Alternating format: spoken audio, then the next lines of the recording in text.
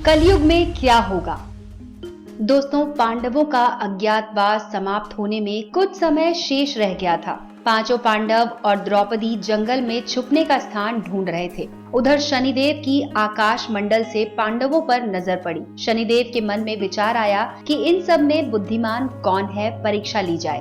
दोस्तों, आपका स्वागत है धार्मिक ज्ञान में। तेजी से बढ़ते इंडिया के नंबर 1 धार्मिक चैनल से जुड़ने के लिए सब्सक्राइब करें और बेल आइकन को दबाएं।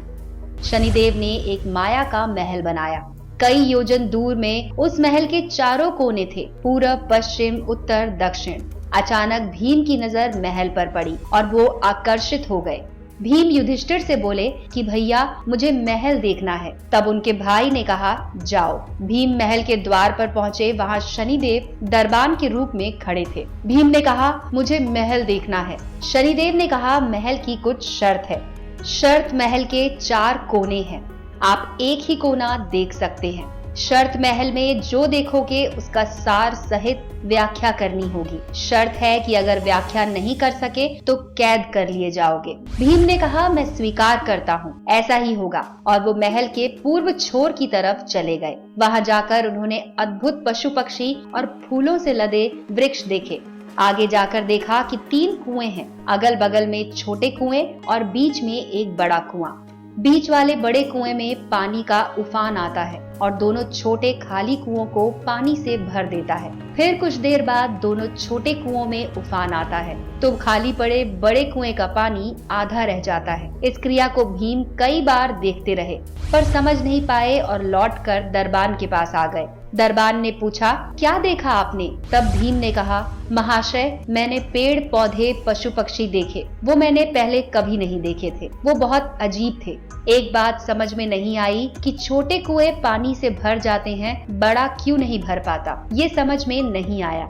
दरबान बोला, आप शर्त के अनुसार बंदी हो गए हैं। बंदी घर में बैठा दिया गया।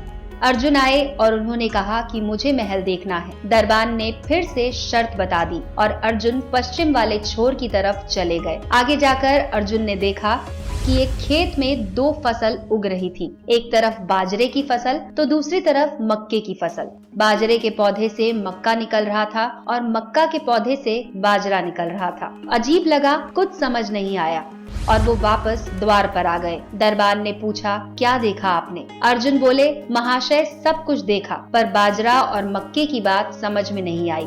शनिदेव ने कहा, शर्त के अनुसार आप बंदी हैं।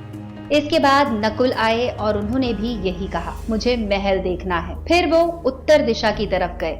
वहां उन्होंने देखा कि बहुत सारी सफेद गायें हैं। जब उनको भूख लगती है तो अपनी छोटी बछिया का दूध पीती हैं। उसे कुछ समझ में नहीं आया और वो द्वार पर वापस आ गए। शनिदेव ने पूछा कि क्या देखा? तब इसका जवाब नकुल ने दिया, महाशय, गाय बछिया का दूध पीती है, ये समझ नहीं आया और उसे भी बंदी बना लिया गया। इसके बाद सहदेव आए और उन्होंने कहा कि मुझे महल देखना है। वो दक्षिण दिशा की तरफ चले गए। अंतिम कोना देखने के लिए उन्होंने वहां एक सोने की बड़ी शिला चांदी के सिक्के पर टिकी हुई देखी, जो कि डगमगा कर डोल रही थी, लेकिन छूने पर भी वैसे ही रहती थी। उन्हें समझ नहीं आया और वो वापस द्वार पर आ गए और उन्होंने कहा कि सोने की शिला की बात समझ में नहीं आई और उन्हें भी बंदी बना लिया गया। चारों भाई जब बहुत देर तक नहीं आए तब युधिष्ठिर को चिंता हुई। वो भी द्रौपदी सहित महल में गए। भाइयों के लिए उन्होंने दरबान से पूछा तो वो शर्त अनुसार बंदी हैं, ऐसा दरबान ने कहा। युधिष्ठिर ने कहा कि भीम, तुमने क्या देखा? भीम ने कुएं के बारे में बताया। तब युधिष्ठिर ने कहा, ये कलयुग में होने वाला है। एक बाप 2 बेटों का पेट तो भर देगा, परंतु 2 बेटे मिलकर एक बाप का पेट नहीं भर पाएंगे। इस पर भीम को छोड़ दिया गया। अर्जुन से पूछा गया कि उन्होंने क्या देखा। उन्होंने फसल के बारे में बताया। इसका जवाब युधिष्ठिर ने कहा कि वो भी कलयुग में होने वाला है। वंश परिवर्तन अर्थात ब्राह्मण के घर शूद्र की लड़की और शूद्र के घर बनिए की लड़की ब्याही जाएगी। इस पर अर्जुन भी छूट गया।